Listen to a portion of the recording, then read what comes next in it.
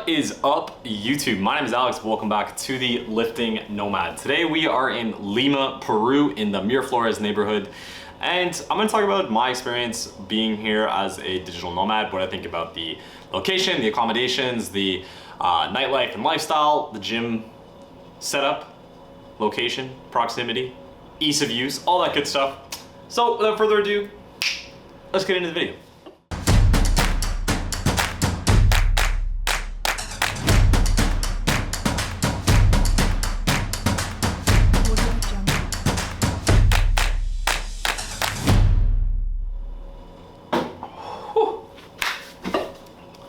All right, hopefully that lighting is gonna adjust. I think it will. Nice. Yeah, so I'm in Lima, Peru, in Miraflores neighborhood. I am staying in the Selena hostel, and I just want to give my thoughts on how it is. Obviously, in 2023, it's been pretty difficult for a lot of people to get down here. A lot of trips got canceled. Even some tourists were actually trapped in Machu Picchu during all the protesting. So there's a lot of people who have put off their trips to come down here, and I had actually planned on being here quite a bit longer, but ended up extending my stay to be in Buenos Aires instead, because I was already there and I was really comfortable with the city. So my flights ended up being that I had to come through Lima anyway, so I'm here for a few days and wanted to kind of give my opinion on it. I have gone to the gym, I've been out and about in the neighborhood, I came from the airport, so let's kind of start from the top. So first things first, landing in the Lima airport is my first time in Peru. It was a little bit sketch. So I got there at 10 o'clock at night, and there is a lot of like fake taxi drivers and like scam taxi drivers out front. So I would definitely recommend making sure you're using like Uber or Cabify and not using those taxis out front. Or ideally even having like a pre-arranged car service waiting for you there if it's your first time here. So like the Selena hostel I'm staying at, they actually do pre-arranged airport transfers where they'll be out front with a sign and your name, and then they give you a specific code as well. So you know that you're not getting like scammed. Like I'll give you an example. There was like some taxi driver who was trying to help me find the guy with the sign, and he was yelling out like Alex Selena, and another person overheard that and pretended to be my driver and came up and said, "Oh, Alex Selena, I'll take you." And I asked for the code, and then he said his phone didn't work. So typically kind of the scam is they'll like trick you into getting into the car, and then who knows, right? At that point, you're at their discretion. I'm not gonna say it's gonna happen all the time, but realistically, they could just drive you down the street to where they have their friends waiting, take you out, steal all your shit, and then you're just SOL. So definitely lean the way of Ubers in this airport here in Lima. I would not recommend taking those taxis. But then I got to finally got downtown to the Selena hostel, I should say.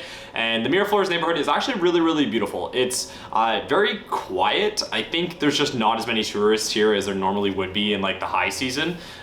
This is typically like really when there's a lot of tourists here in Peru and Lima, especially, is this time of year. I'm here in the beginning of March, and it's just really empty. So walking down the streets, there's not too many tourists around, not too many people in general. Last night I got here, well, the first night I should say, I got here around like 10:30, 11 on a Thursday night, and there was like absolutely nobody. The Selena lobby was completely empty. There was nobody in the bar or restaurant. There was nobody on the streets. It was kind of eerie how quiet it was when I got here, which very, you know, on the flip side, in Buenos Aires, that would have been like kind of the start of the night, and there's people everywhere all the time. And typically all the Selenas I've stayed in, there's almost always somebody in the bar, or especially like Thursday, Friday, Saturday night, there's usually music playing and like people around. There was nobody. So it was kind of eerie to see that. And that's what sort of set me on that path of, maybe it's not that great to be here right now. In terms of the actual city, Miraflores, it's very close to the coast and to the beach. So I'm gonna show some videos here of what I saw, but it is actually really beautiful. So you're up on this kind of like cliffside beach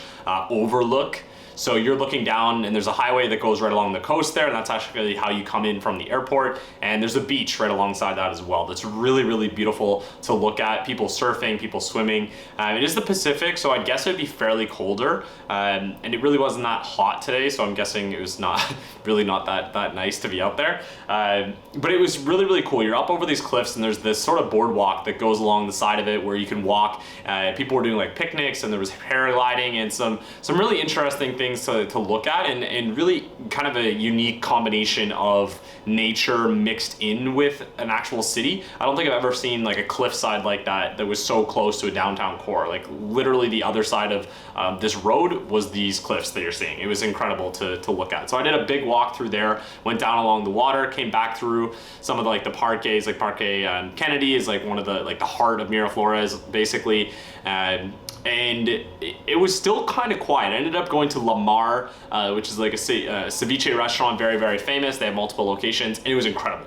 There's one thing that people say about Peru is that the food is truly incredible everywhere you go. And so far, each meal I've had has just been absolutely phenomenal. It is definitely more expensive here than Buenos Aires. I think I paid, I want to say like 60 Canadian dollars for lunch, which is, you know, what I would pay at home. So not exactly a good deal, even though this was a fairly high-end restaurant. I had 2 drinks and ceviche, but still like something to be considered of when, you know, when you're nomading, you try to be a little bit more cost conscious. So you'd have to be a bit smarter about where you're going out here in Lima. In terms of the neighborhood safetiness, haven't really seen anything too sketchy. Been pretty normal, like, you know, some of the panhandlers, some of the people like using their kids, which is really, really sad, for like exploitation to get you to donate to the kids or buy whatever the kids are selling. You know, so pretty similar to what I've seen in other Latin American cities, nothing too different. The infrastructure, there's a lot of buses that are running around. There's Ubers, there's Cabify, there's DDs, Uber Eats, Rappi, DD Eats. Like there's a lot of different services that are good. In terms of the internet, I think it's been pretty good. I'm actually, like I said, at the hostel working out of here, the Selena, and we actually had no internet this morning. So it crashed while I was trying to connect this morning, and that's very uncharacteristic of a Selena. In terms of the accommodations at this Selena, it's actually really nice looking, but the problem is I'm in this like suite plus, they call it, and there's like a giant projector over the bed that goes onto the screen at the foot of the bed, and the picture is absolutely dog shit. Like the quality is, and the speakers didn't end up working. I spent like an hour trying to figure it out, and then I ended up just using my computer to watch Netflix in bed. So I wish that had worked because it's such a good idea and it's such a big TV, and I love watching movies in bed. I think it's one of the nicest things. Unfortunately, it didn't end up working out here, but it is a monster bed with a bunch of pillows and it is pretty comfy. Aircon works great in here as well. It is, like I said, pretty hot outside. Today's not too bad, but definitely nice to have. In terms of like the other accommodations, this is in a really good area. I think Miraflores should cover all the boxes for you. I ended up going to Smart Fit, Benavides, and it is very close to the sort of Smart Fits I was used to in Colombia when I was a member there. They actually still had I guess they're connected because I used my passport number and then it connected to my membership I had there. I ended up paying $10 for a day pass Canadian, which is very, very high again. I think I paid, I want to say like $20 or $30 for the month membership when I was in Medellin. So that seems pretty high for a day pass, but like what was I gonna do? They kind of got you by the balls at that point. Great, like pretty good gym. I think this is actually better than the ones in Colombia. It wasn't so cluttered. There wasn't so many people, even though I went at like really early in the morning, which typically in South American countries, there's not too many people. It's not like culturally not a very early rising sort of people, but at least in the other South American cities I've been to, like I said, this is my first time in Lima. But yeah, it was actually fairly good, very clean, full setup, squat racks, benches, all that good stuff. In terms of everything else, I would say the food has been amazing, the internet's been okay, the gyms have been great, people have been friendly. It's actually surprising how much English there was here. Like everyone I've talked to, even like a perfect example when I was in Medellin and I went, at that time I didn't speak any Spanish, and I went to that Smart Fit for the first time and tried to get a membership, and it's like, hello, do you speak English? None, like not a word. Versus here, like, you know, at this point my Spanish is pretty good. So I was like, hola, buenas, hablas inglés, es mejor para mí. It's like better for me in English. And she's like, yeah, we're good, we can speak English. And then it was like, she spoke like perfect English. So very weird. The hostel, the Selena, people usually speak English as well. My arranged driver spoke English. All the restaurants I've been to, everyone spoke English. Not saying that that's a good thing for some people. Like personally, I always start in Spanish, and then if they slip to English, I will. But generally, I think it's best to like show respect and use the language that's you know, native to them. So that's pretty much it. I think right now this city, it's still a little bit, you know, dead from the lack of tourism, so there's not too much to do at night, not too many people around. And as well, it's kind of difficult to get out to places like Cusco for Machu Picchu or the Inca Trail, just because a lot of the trains and buses aren't running out there because of the protests. Like the Cusco airport was actually shut down for quite a while. I believe it's open now as a lot of the government wants to reopen tourism because it's a big industry for Lima and Peru in general. And right now there really isn't a lot. I would say there's I'm one of few tourists. Like this Selena is like 1/5 full right now. Usually they're like completely full at everyone I've ever been to. So it's a little bit eerie being in the tourist area when no tourists are here. So I would just be a bit cognizant of that. Definitely be careful at the airport for some of those taxi drivers, like I said. And when you're out and about, just keep your wits about you. And there's less people, less tourists, you make yourself more of a target. So I think right now it's not necessarily the best time to be in Lima as a home base. I was just, like I said, passing through on my way back to Mexico City because my flights from Buenos Aires were already set up from BA to Lima, Lima to Mexico City.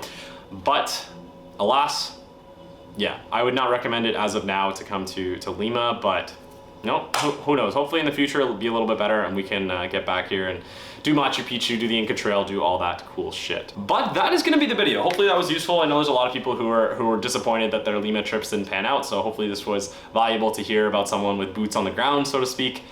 But yeah, if this was useful, feel free to give it a thumbs up, a comment. It always helps the algorithm. But as always, my name's Alex. Welcome back to Lifting Nomad. We'll see you in the next one. Peace.